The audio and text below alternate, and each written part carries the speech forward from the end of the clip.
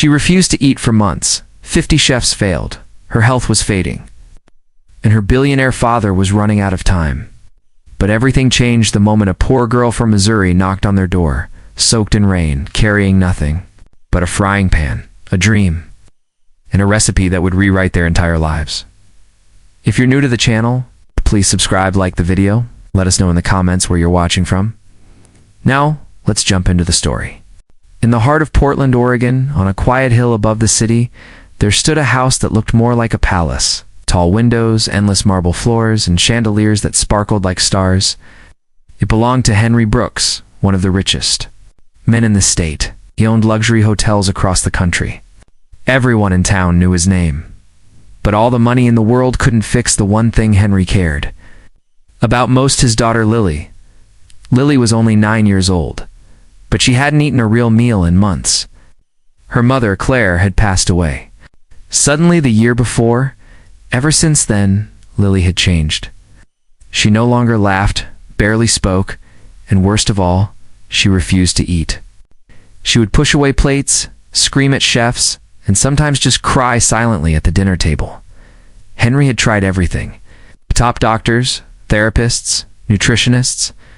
50 chefs had come and gone, each one fired when Lily wouldn't touch their food. The last one, Chef Donovan, had flown in from France and made a soup that cost more than most people's rent. Lily didn't even try it. She took one look, turned away, and walked upstairs. Henry watched his daughter grow thinner. Every day her cheeks were pale, her arms fragile. He feared he might lose her too. And that was a pain he couldn't survive. In a moment of desperation, Henry made an announcement on national TV. "I will pay $1 million, he said, his voice trembling, "to anyone who can make my daughter eat." The world watched. Some people thought he was crazy. Others felt sorry for him. Thousands applied for the jobs: celebrity chefs, TV cooks, and culinary school graduates. None of them made it past the kitchen door. Then, one rainy morning, everything changed. The sky was gray and heavy with clouds. Raindrops slid down the windows like quiet tears. Inside the Brooks mansion, the staff whispered as another chef packed his knives and left. It was quiet, cold, and tense. At exactly 9:12 a.m., the doorbell rang. Rachel, the head housekeeper, answered it. She found a young woman standing there, soaked from head to toe. Her clothes were thin, her shoes muddy. Hair was dripping onto the marble doorstep. She looked completely out of place in a neighborhood full of black cars and designer handbags. "Yes?" Rachel asked. Already reaching to close the door, the young woman held up a wrinkled piece of paper. "I saw the job posting," she said. Her voice was tired but steady. "I'd like to help." Rachel blinked. "You're here for the cooking job?" "Yes, ma'am. My name's Emma Clark. I came from Missouri. Used the last of my money to get here." Rachel almost laughed. This girl looked like she didn't even own a proper knife, and she thought she could cook for a billionaire's daughter. "Listen, sweetie, this isn't..." But before she could finish, Henry walked down the stairs. He was wearing a gray suit and a tired expression. He stopped when he saw Emma standing there, shivering. "Who are you?" he asked. Emma stood straight. "Emma Clark. I came to help Lily." Henry looked at her. She didn't seem scared. Not even a little, just determined. He sighed. "Fine. You get one chance." Rachel's eyes widened. "Sir, are you sure?" Henry nodded. "We've tried everything else." Emma stepped inside, dripping water onto the floor. She gave a polite smile to Rachel and followed Henry to the kitchen. The kitchen was bigger than most houses. It had shiny ovens, golden utensils, and every spice imaginable. Emma looked around once, then unzipped her small duffel bag. Out came a bag of white rice, a jar of pickled okra, dried catfish wrapped in newspaper, cornmeal, and a small bottle of hot sauce. The kitchen staff gathered around, watching her like a strange animal at a zoo. "You gonna cook with that?" one of the sous chefs muttered. Emma ignored him. She rolled up her sleeves and got to work. Meanwhile, upstairs, Lily sat curled up in bed. She hadn't touched breakfast. Her tray still sat by the door, untouched. Her father had tried bringing her pancakes, noodles, even candy. Nothing worked. Then something happened. Lily sniffed the air. It was a smell she'd never known. But somehow it felt safe, warm, like being hugged from the inside. Curious, she climbed off the bed. Downstairs, the kitchen was filled with the smell of southern soul food. Emma stirred her grits slowly, fried the catfish in a small pan, buttered a thick slice of cornbread. The kitchen fell silent when they saw Lily in the doorway. She looked around nervously but didn't run. She stared at the food. Emma turned and smiled. "Hi there," she said gently. Lily didn't answer, but she stepped closer. Emma placed a plate in front of her with small portions of everything. No fancy decorations, just warm food on a clean plate. Lily hesitated. Then slowly she reached out, picked up a piece of cornbread, and took a bite. The room froze. Lily chewed. Then she smiled. For the first time in months, the news spread through the Brooks. Mansion like wildfire, Lily ate something. For the first time in nearly 5 months, the little girl who once turned her nose up at gold-dusted soufflés and refused meals from 5-star chefs had eaten a bite of simple cornbread. And not only that, she'd smiled. Everyone was shocked. Some were skeptical, others were hopeful. Henry Brooks, standing just a few feet away, had tears in his eyes, but said nothing. He just stared at his daughter as if he were seeing her for the first time in a long time. Emma, still calm, cleared Lily's plate without making a big fuss. "Would you like a little more?" she asked gently. Lily nodded once. Then, almost like a secret, she whispered yes. Emma served her another small piece of fried catfish and a spoonful of grits. Lily ate in silence, slowly but surely. The staff around them held their breath, as if any noise might break the spell. In the far corner of the kitchen, Margaret, the mansion's former head chef, watched with folded arms and a bitter frown. She got lucky, she muttered to one of the maids. "A child starving long enough will eat anything." But even Margaret knew it wasn't just luck. It was something different about the way Emma cooked, something no training or expensive school could teach. After Lily finished her meal, she gave Emma a small smile and quietly left the kitchen. Henry followed her, placing a hand gently on her shoulder. "You did good, sweetheart," he said. When he returned, he looked straight at Emma. "I don't know what you did, but you did something no one else could. Thank you." Emma simply nodded. "I just made food like my mama used to make." Henry gave a tired smile. "Do you need anything?" "A kitchen and a place to sleep would be nice," she said with a soft laugh. "And maybe a shot at culinary school someday." "Done," he replied without hesitation. "You have both." Emma didn't ask for the $1 million reward. Not yet. She hadn't earned it, she felt. Lily had eaten. Yes, but one meal didn't mean the job was finished.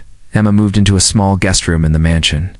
She spent her mornings studying cookbooks from the library, her afternoons in the kitchen, and her evenings talking with Lily James. One of the younger butlers quickly became her friend. He was curious about her cooking and often helped gather ingredients. "Never seen anyone use hot sauce like that," he joked one day, watching her mix it into the grits. Emma chuckled. "Where I come from, food needs to talk back." The kitchen, once cold and silent, was now filled with warm smells and soft laughter. Emma never used the mansion's expensive tools. She didn't need them. She brought her own beat-up cast iron pan, a wooden spoon carved by her father, and a tiny box of spices she carried from Missouri. Each dish she made was filled with memory. There were no fancy names. No towering plates with foam and flowers. It's just real food. Black-eyed peas, cornbread muffins, slow-cooked greens, and buttery mashed potatoes with gravy thick enough to stand a fork in. Lily began to show up at mealtimes more often. She asked questions. She helped Emma stir sauces. She even tried to fry okra once, burning the first batch, but laughing so hard that even Henry smiled. One afternoon, Lily asked, "Why does your food taste like a hug?" Emma looked at her and said, "Because when I cook, I think about people I love." I think about their faces, their laughter, what makes them happy. Maybe you're tasting a little of that." That night, Henry stood in the doorway of the kitchen, watching them. Lily had flour on her nose. Emma was showing her how to roll dough for biscuits. They looked like a family. He felt something stir in his chest. It was faint, almost forgotten. Hope. But outside the mansion, not everyone was happy. Local newspapers started printing stories. Who is the mystery girl feeding the Brooks heir? Millionaire father hires unknown cook from Missouri. Headlines sold copies fast. Emma ignored it, but she heard the whispers from some staff. "She's just a girl from nowhere. Just feeling sorry for her, it won't last." Even Margaret warned Henry, "You're risking your reputation for a girl who showed up dripping wet on your porch." But Henry wasn't thinking about reputations anymore. He was thinking about Lily, her laughter, her appetite returning, her cheeks no longer pale. He was thinking about how quiet the house had been before Emma arrived. He didn't say anything to the gossipers. He just kept watching his daughter come back to life. One morning, while Emma prepared breakfast, Lily tugged on her sleeve and asked, "Can you teach me how to make biscuits?" Emma smiled wide. "Only if you promise not to burn the kitchen down." "No promises," Lily giggled. As the dough rose in the oven, Henry leaned in the doorway, holding his coffee and watching them. Emma caught his gaze and nodded politely. He smiled back, but something had changed in his smile. It wasn't just gratitude anymore. It was something deeper, something he wasn't quite ready to name yet. Weeks passed, and the Brooks mansion slowly began to feel alive again. The sound of laughter, once rare and quiet, now echoed from the kitchen and drifted through the halls. Lily's voice, soft but growing stronger, could be heard asking questions, giggling and telling stories. The girl who once barely left her room now woke early to help Emma cook breakfast. Henry noticed everything. He noticed the way Lily's cheeks looked rounder, her eyes brighter. She no longer hid behind long sleeves or sat silently at the table. Instead, she talked about school, about animals, most of all about food. She talked about how good Emma's sweet potato pie tasted and how the smell of bacon in the morning made her feel safe. She called cornbread magic bread and asked for it with almost every meal. Henry watched from a distance, unsure at first what to make of the change. He had spent so long living with silence that it almost felt strange to hear joy again. But he also noticed something else, something unexpected. Emma. She didn't just cook. She listened. She never pushed, never forced conversation, but always made time for Lily. When Lily had nightmares, it was Emma who comforted her. When Lily wanted to plant flowers in the garden, Emma knelt in the dirt beside her without a second thought. And Henry. He found himself coming home earlier just to sit at the kitchen table and listen to the two of them talk. He no longer stayed late at the office or avoided the house. For the first time in a long time, it felt like home. One evening after Lily had gone to bed, Henry walked past the library and saw Emma sitting at the long wooden table. A thick book lay open in front of her, starting a small restaurant. "From dream to reality? Studying late?" he asked, stepping inside. Emma looked up, surprised, then smiled. "Oh. I found this in your collection. Thought I'd learn something."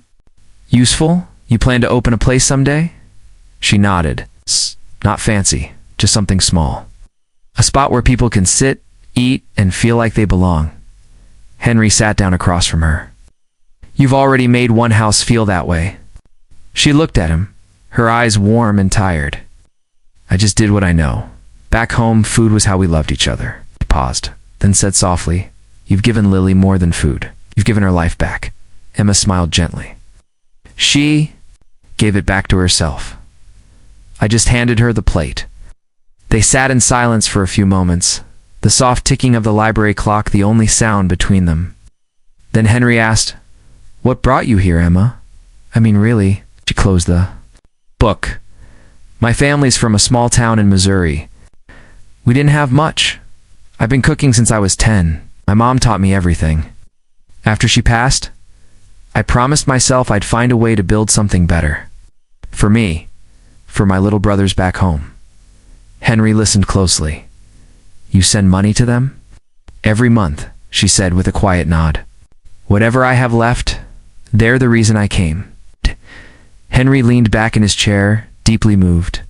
He had known people with everything who had given nothing. And here was Emma Young, with almost nothing, giving all she had, without expecting praise. She reminded him of Claire, his late wife.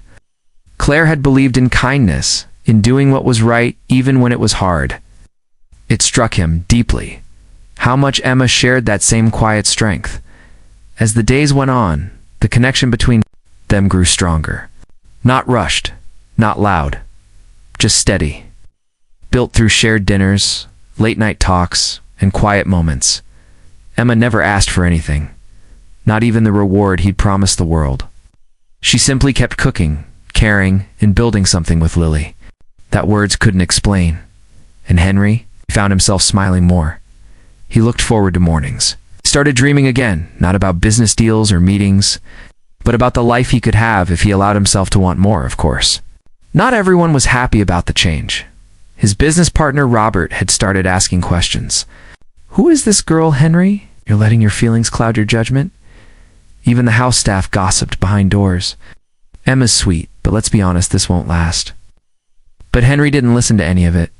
Not because he was blind, because he knew what he saw with his own eyes. He saw his daughter running through the garden with her arms wide. He saw warm meals, quiet nights, and someone who never asked for a spotlight but made everyone feel seen. He saw a future that felt real. One Sunday afternoon, Lily brought out a tray of cookies she had baked with Emma's help. They were a little burnt around the edges, but she proudly handed one to her dad. We made them together, she said. I think they're a little too crunchy. Henry took a bite and smiled. They're perfect. Emma laughed. Maybe next time we set the timer. And right then, as they stood in that sunny kitchen, Henry realized the house wasn't just healing. His heart was too. The whispering started small, like wind in the trees, but it grew louder every day. Workers at Henry's hotels traded gossip. In break rooms, neighbors in the hills peeked through curtains. The headline of the local paper sealed it. Mystery cook softens billionaire's heart. Some readers cheered, calling it a feel-good miracle. Others scowled, convinced Henry was throwing away his status for a young woman from nowhere. And so the rumors spread, floating through Portland like stubborn winter fog. Emma tried not to listen, yet the words slipped under doors and through phone screens. She read cruel comments about her clothes, her accent, her past. She also read kind messages from strangers who thanked her for showing that food could heal. First she brushed off the noise. There was cornbread to bake and okra to fry. But one night she lay awake, worrying if the talk hurt her would. It hurt Lily too. She could not let that happen.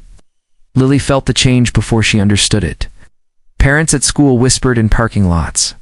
A few classmates teased, asking if her dad's new cook was her replacement mom. Lily cried only once, then marched to her teacher, Ellen, and asked for help. Ellen listened, placed a gentle hand on Lily's shoulder, and told her that families are built from love, not gossip. Later, Ellen visited the mansion for dinner, tasted Emma's catfish, and decided to defend them whenever idle tongues wagged. Henry remained calm on the surface, but inside he wrestled with doubt. Board meetings became tense. Robert, his longest-serving partner, warned that investors disliked scandal. What if stock prices drop? Robert asked, frowning over a spreadsheet. Henry answered with a tired smile. What good is profit if my daughter fades away again? Robert muttered something about loyalty and stormed out. Henry folded the spreadsheet and thought of Lily's laughter in the kitchen. The numbers suddenly felt small. The tipping point came at the annual charity gala for children's hospitals, a glittering night in a glass-walled ballroom downtown. Reporters lined the carpet, hungry for drama.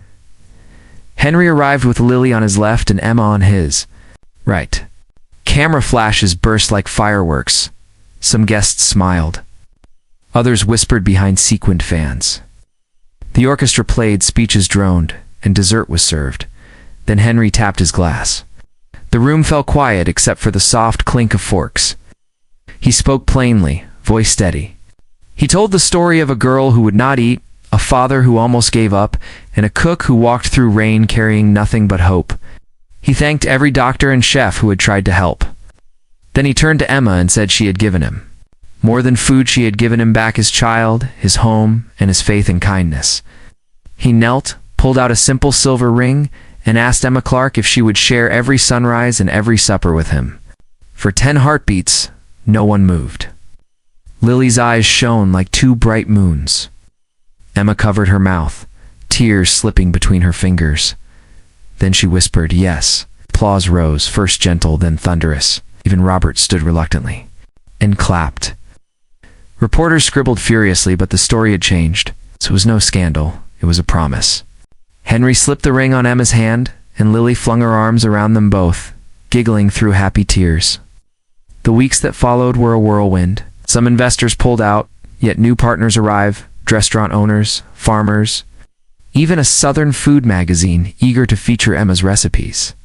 Henry sold one unused hotel to fund Emma's dream, a cozy downtown cafe called Hearth Hope.